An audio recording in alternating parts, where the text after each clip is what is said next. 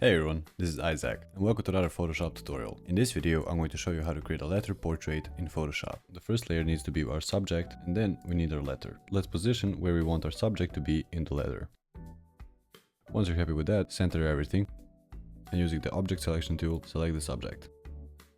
Press Command J to duplicate it or on PC Ctrl J, then place the letter underneath everything.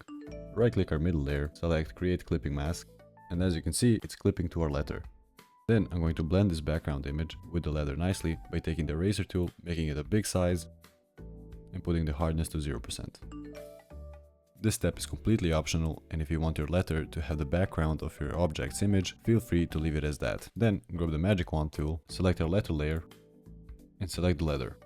Grab the marquee tool, right click, select inverse, then go to our top layer, make it visible by grabbing the eraser tool, putting the hardness to 100% and lowering the size down. Erase the parts that you don't want sticking out. And that's it for this video. If you found this video useful, subscribe for more tutorials like this one. Check the description below for the links of all my socials, and if you have any questions or future video requests, leave them down in the comments below.